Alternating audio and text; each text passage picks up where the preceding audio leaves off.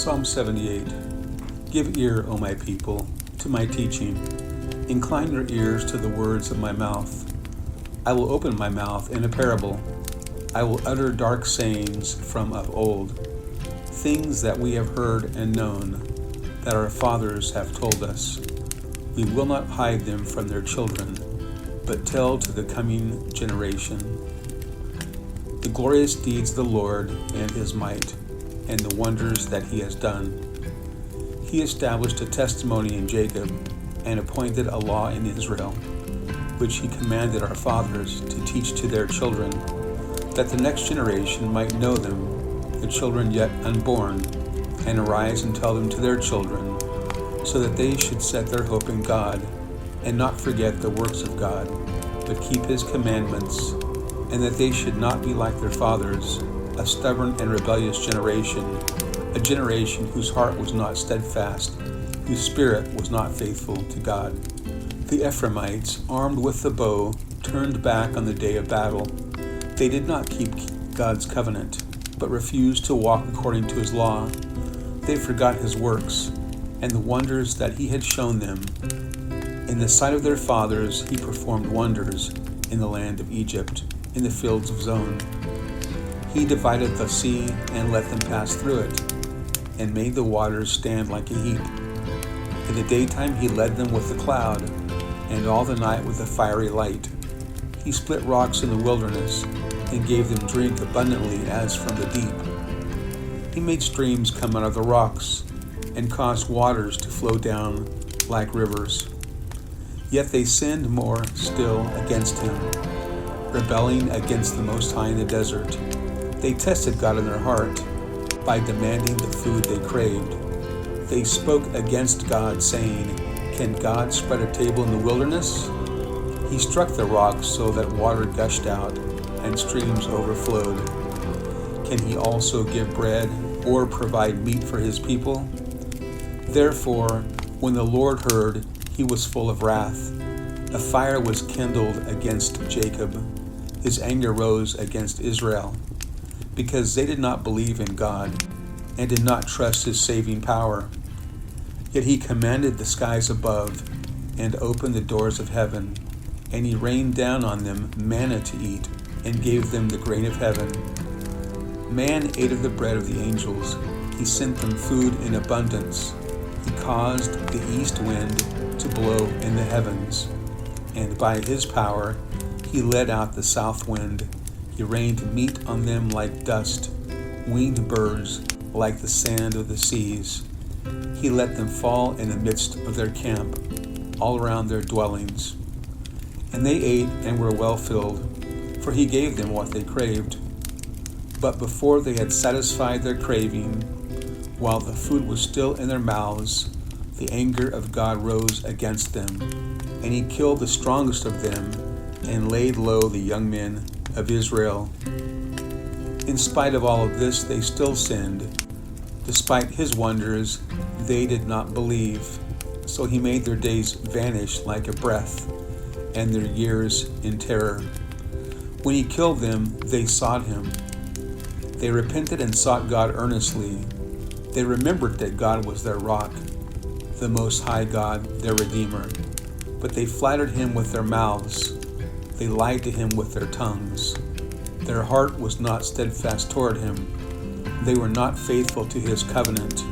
Yet he, being compassionate, atoned for their iniquity, and did her often. And he did not stir up all his wrath. He remembered that they were but flesh, a wind that passes and comes not again. How often they rebelled against him in the wilderness, and grieved him in the desert. They tested God again and again, and provoked the Holy One of Israel.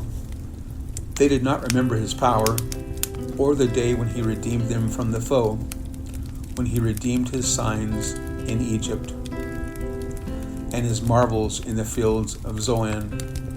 He turned the rivers to blood, so that they could not drink of their streams. He sent among them swarms of flies, which devoured them, and frogs, which destroyed them. He gave their crops to the destroying locust, and the fruit of their labor to the locust. He destroyed their vines with hail, and their sycamores with frost.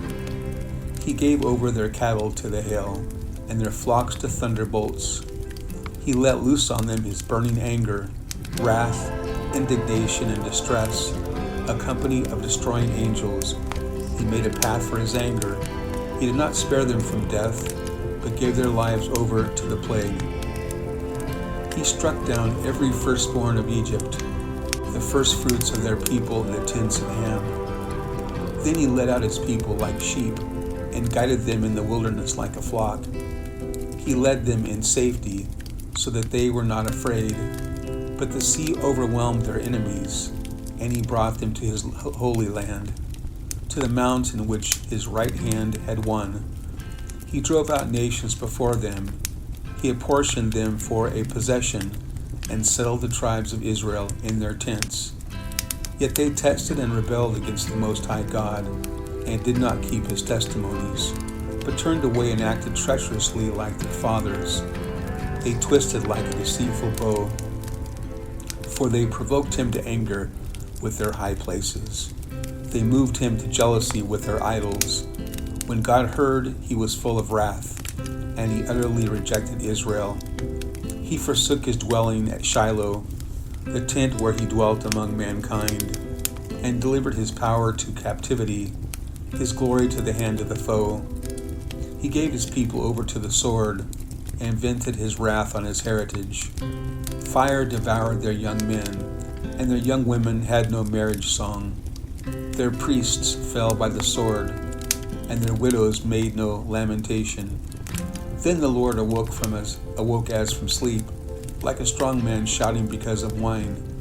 And he put his adversaries to rout. He put them to everlasting shame. He rejected the tent of Joseph. He did not choose the tribe of Ephraim, but he chose the tribe of Judah, Mount Zion, which he loves. He built a sanctuary like the high heavens, like the earth which he has founded forever. He chose David his servant, and took him from the sheepfolds. From following the nursing ewes he brought him, to shepherd Jacob his people, Israel his inheritance. With upright heart he shepherded them, and guided them with his skillful hand. Commentary for Psalm 78. Psalm 78 is a wisdom psalm that recounts Israel's history to teach the importance of remembering God's faithfulness despite their repeated unfaithfulness. It contrasts the people's rebellious nature with God's constant compassion and highlights a cycle of sin, God's judgment, and repentance, emphasizing that the next generation should learn from this history to be more obedient. The psalm concludes with God choosing David to shepherd the people with skill and an upright heart. Key themes and sections. Historical recount.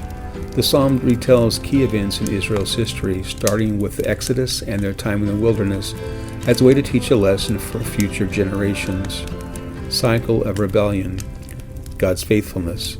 Despite the people's repeated sins, the psalm emphasizes God's unwavering faithfulness, his compassion, and his willingness to forgive them.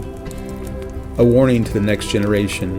The psalm's primary purpose is to warn the current generation not to be like their ancestors, but to instead set their hope in God and not forget the works of God, but keep his commandments. God's ultimate solution. The psalm concludes by pointing to the choice of David as a sign of God's plan to provide a righteous shepherd for his people. David is presented as a symbol of Jesus, the ultimate good shepherd.